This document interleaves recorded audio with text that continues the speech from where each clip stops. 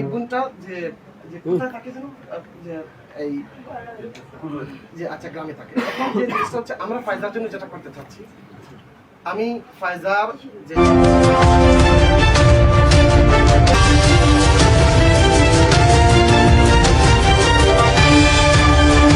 লেখাপড়া পুরো দায়িত্ব নিচ্ছি। আমি ফায়জার যে নানির যে দাবি, উনি একটা ফলের দোকান চাচ্ছে, আমি একদম পুরা যে একটা ফলের দোকান ওনাকে দিতে রাজি আছি, যাতে উনি এখানে একটা ফলের দোকান, একটা কর্মসংস্থান ব্যবস্থা করে, যাতে ওখান থেকে উনি ব্যবসা করতে পারে।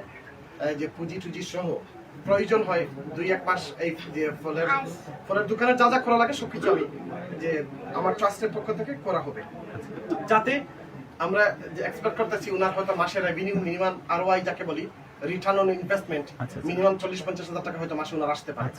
সাস্টেইনেবল কোনো কিছু দিবেন কিনা? আমি আসতেছি আপনাদের যেটা দিয়ে ওনার নানির যে ইয়েটা ওনার যে প্রয়োজন সেটা মিটবে। এই কারণটা হচ্ছে যাতে আমার ফায়জাকে নিয়ে উনি আবার ফুলের দোকানের সামনে নিয়ে পাবলিকলি এটা আবার দেখেন, একটা জিনিস আমাদেরকে মানতে হয়, অভ্যাসে দাস। এমন হতে পারে যে আমার ফায়জা থাকলে আমার ফুল বেশি বিক্রি হচ্ছে, আমি আজকে ফায়জাকে আবার কালকে নিয়ে নেই, এমন হতে পারে না। এটা আমাদের বিবেক দিয়ে চিন্তা করেন। তো আমার কথা হচ্ছে নানিকে যে আপনি ফুল আর বিক্রি করার দরকার নাই, আমি বলছি আপনি ফুলের দোকান দিলে ফুলের দোকান দিব। উনি ফলের দোকান দিতে চাচ্ছে, আমরা ওনাকে ফলের দোকান দিব। উনার যে নিডটা আছে ওনারটা উনি দেখুক, হ্যাঁ, যার কারণে আমরা ওনাকে একটা ইনভেস্টমেন্ট দিয়ে দিব।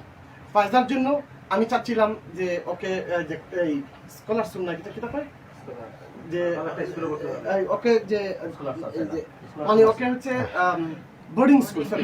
বোর্ডিং স্কুলে ভর্তি করার জন্য, যাতে বেটা বোর্ডিং এর মধ্যে থাকে সবকিছু করে। ওনার নানি এটা মানতেছে, ওনার নানি না করছে যে আমার মেয়ে আমার নাতি আমার কাছে থাকবে।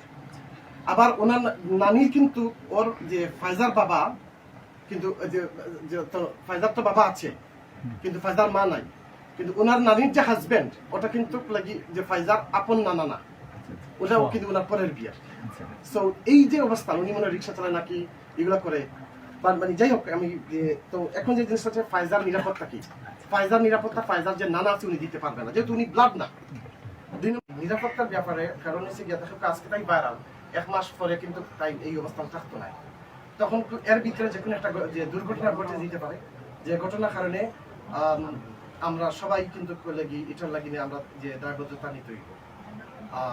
আমি খুব কষ্ট পাই যে এই আমরা যে সোসাইটি থাকি, আমি দেখছি অসম্ভব মানুষে মাইশারে নিয়ে অনেক কমেন্ট আমাকে চাইছে যে আমি তো যেহেতু যে আমার মেয়ের মতন আমি সামনে কইতাম পারতাম না, যে আপনার অনেক মন্তব্যগুলো দেখছেন, যে মন্তব্যগুলা দেখলে মনে হয় আগুন দিয়ে তারা দুনিয়া চালাই দেয়। এরা মানুষের কোনো অবস্থানে থাকে না, এর আগে তাই অনেক কাজ করছে। তো যার কারণে আমি তারা ফোন দিয়ে আমি কইলাম মেয়েটার আপনার একটু খুঁজিয়ে বাইর করো। এখানে পাবেল ভাই নাকি আসুন সন্তানুল্লাহ কিছু মানুষের কারণে কিন্তু এই মেয়েটা কিন্তু আজকে আমি ফোন করছে। শুধু তাই নয়, টাইম স্টার্টিং করছে, এরপরে আমরা অনেক বাকি যে ইউটিউবার আছে আসলে নিয়ে আইছে, কিন্তু